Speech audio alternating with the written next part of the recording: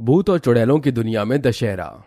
Yahoo, चाहे कोई मुझे जंगली कहे, याहू कहने को जी कहता रहे, हम प्यार के तूफानों में गिरे हैं, हम क्या करें। याहू, चाहे कोई मुझे जंगली कहे।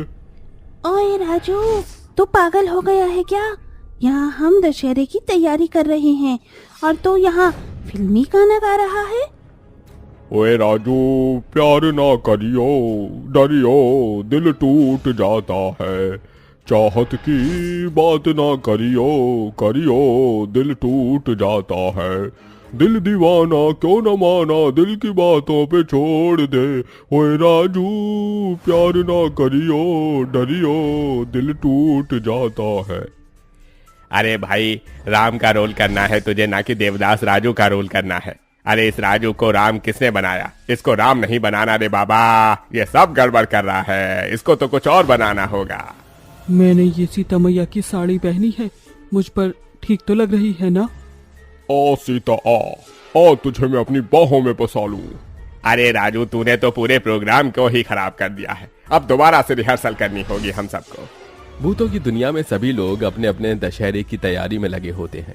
कहीं पर बच्चे दशहरे पर राम और सीता का प्रोग्राम तैयार कर रहे होते हैं, तो कहीं पर लोग रावण बना रहे होते हैं। वहीं बाजारों में बहुत सारा सामान बिक रहा होता है, जिसमें राम का तीर, हनुमान का गदा और बच्चों के कई सारे खिलौने भी होते हैं। जगह जगह पर बहुत सारे पकवान भी लगे होते हैं। कुछ भूतिया लोग बम पटाखे खरीद कर बम पटाखे जला रहे होते हैं। वहीं उस भूतिया दुनिया में एक भूतिया परिवार रहा करता था। वो लोग बहुत ज्यादा गरीब थे। उस परिवार के अंदर एक भूतिया बेटा था जो रावण बनाकर उन्हें बेचा करता था और उन्हीं के चलते वो अपने घर का गुजारा कर रहा था। आओ आओ, मेरी दुकान में आओ, यहाँ पर तरह तरह के रावण मिलेंगे, छोटे से लेकर बड़े तक। सबके अंदर धुआंधार बम पटाखे लगे हुए हैं। जो भी एक बार यहाँ से रावण लेकर जाएगा, अगले साल दोबारा यहीं पर लौट कर आएगा। आओ आओ, रावण खरीदो, रावण खरीदो। तभी बेचारे चिराग की दुकान के पास में एक बहुत बड़ी रावण की दुकान होती है, जहाँ पर बहुत भीड़ होती है। वहाँ उसे दुकान में इतनी भीड़ देखकर चिराग अपने बारे में सोचता है, इतनी मेहनत करता हूँ, इतना कुछ करता हूँ, लेकिन फिर भी मेरी दुकान से कोई भी रावण या फिर खिलौने लेकर ही नहीं जाता। लेकिन उस बड़ी सी दुकान के अंदर सभी लोग घुस जाते हैं। तभी चिराग की दुकान में एक भूतिया आदमी आता है और उसके रावण को देखकर कहता है, तुम्हारा ये रावण तो अच्छा लग रहा है, बताओ इसकी कितनी कीमत दे दूं तुम्हें? ये तो मेरी दुकान का सबसे बड़ा रावण है, आप इसके मुझे 5,000 रुपए दे दो। क्या कहा? 5,000? तुम्हारा दिमाग खराब हो गया है क्या? इतना महंगा रावण तो कोई भी इस बाजार में नहीं बेच रहा, जितना महंगा तुम बता रहे हो। पूरी रात मेहनत की है मैंने, इसके अंदर कई हजार रुपए के तो सिर्फ बम पटाखे ही लगाए हैं। जब आप इसे फोड़ोगे ना, तो चारों गांव के लोगों तक इसके बम पटाखों की आवाज आएगी। वो आदमी चिराग की बातें सुनकर उसे 5,000 रुपए नकद दे देता है और उससे रावण ले जाता है।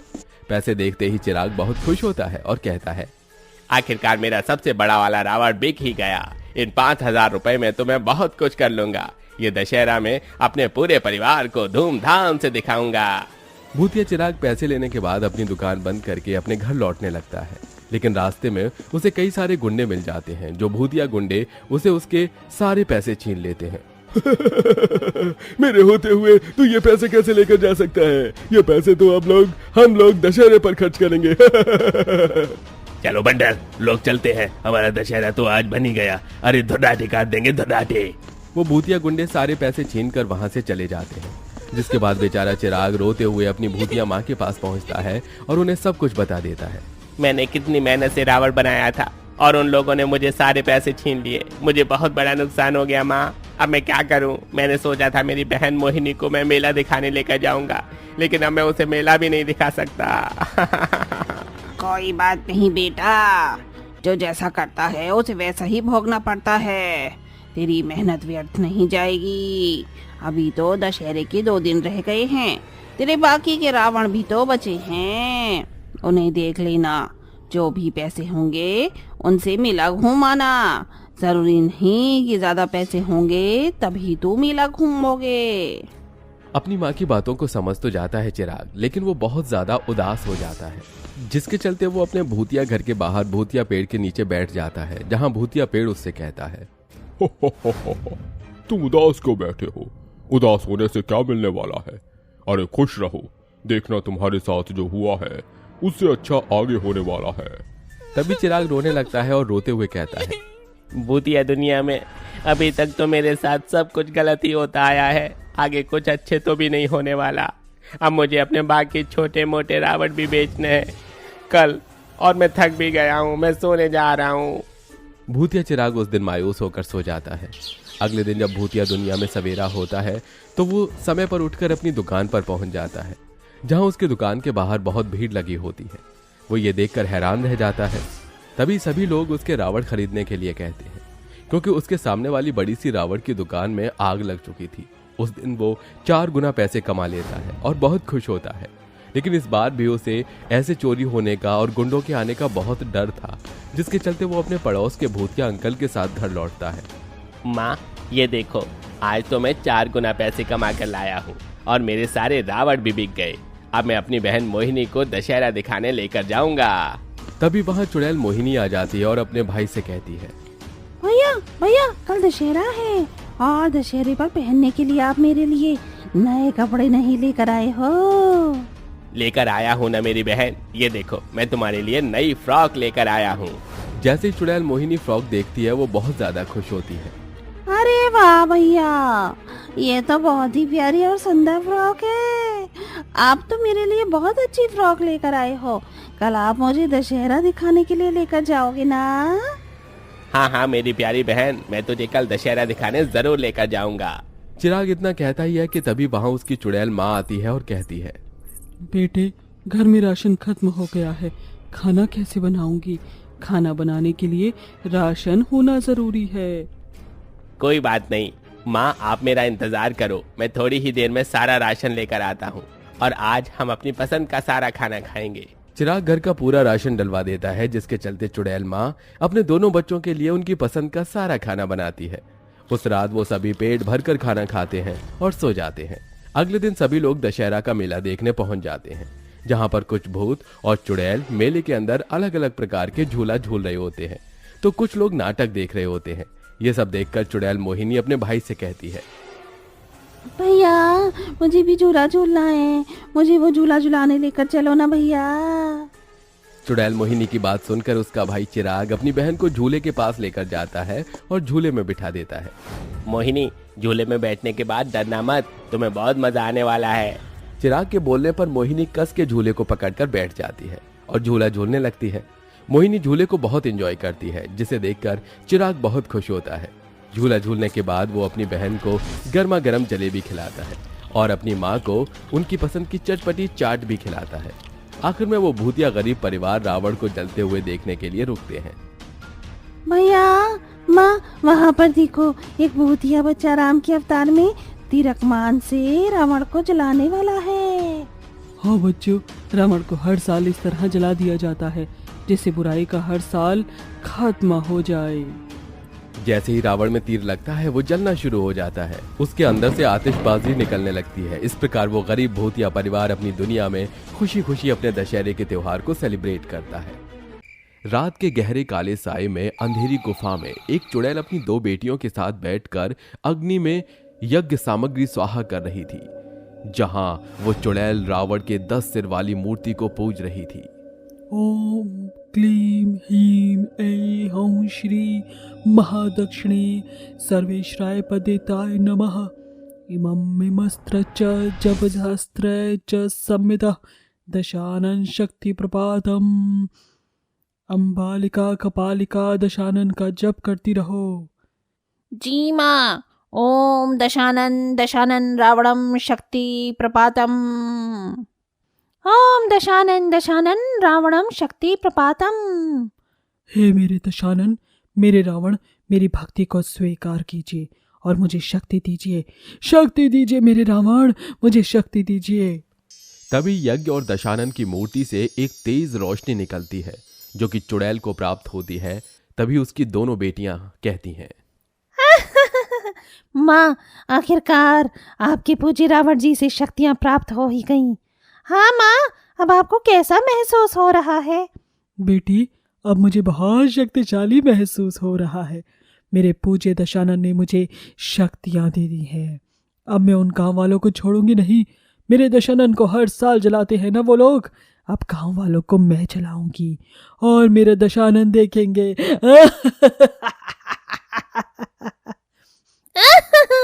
माँ, इस विजयदशमी पर हम अपने दशानन का बदला लेंगे। तो फिर चले माँ, गांव वालों पर हमला करने। वैसे भी आपकी शक्तियां बढ़ गई हैं, उन्हें सताने में मजा आएगा। हाँ बच्चों, चलो। ये कहकर चुड़ैल अपनी दोनों बेटियों के साथ उस रहस्यमयी गुफा से निकलकर पास के श्रीनगर गांव में पहुंच जाती है और सोते हुए लोगों की झोपड़ी में अपने मुंह से आग निकालकर आग लगा देती है। तो कभी चुड़ैल की बेटी बड़े रूप में आकर पेड़ों को तहस नहस कर देती है। इससे लोग परेशान होकर इधर उधर भागने लगते हैं। पूरे गांव में हाहाकार मच जाता है कि एक आदमी अपनी 10 साल की बेटी को लेकर भाग रहा था कि उसकी बेटी गिर जाती है। उठ बेटा उठ, चुड़ैल आ जाएगी बेटा, उठ जा वरना हम मारे जाएंगे। इतने में चुड़ैल आकर उसकी बेटी को अपने जादू से हवा में उठा लेती है। आ जाएगी नहीं, आ गई है। कैसे भाग रहे हो तुम लोग? जब तो तुम्हें बड़ा मजा आता है जब तुम रावण को हर साल बड़े बम पटाखे लगाकर फोड़ देते हो, जला देते हो। माँ, क्यों ना हम इन लोगों को भी बम पटाखे लगा देते हैं। बिल्कुल वैसे ही मजा करेंगे, जलेबी खाएंगे, झूलेंगे, झूमेंगे, जैसे ये दशानन के टाइम पर करते हैं। हाँ हाँ हाँ, मजा आएगा, अब तो बहुत मजा आएगा। मुझे तो झूला झूलना है। चल बेटा, मैं तुझे ये नज़ारा दिखाती हूँ। तुम दोनों झूला भी झूलना और मिठाइयाँ भी खाना।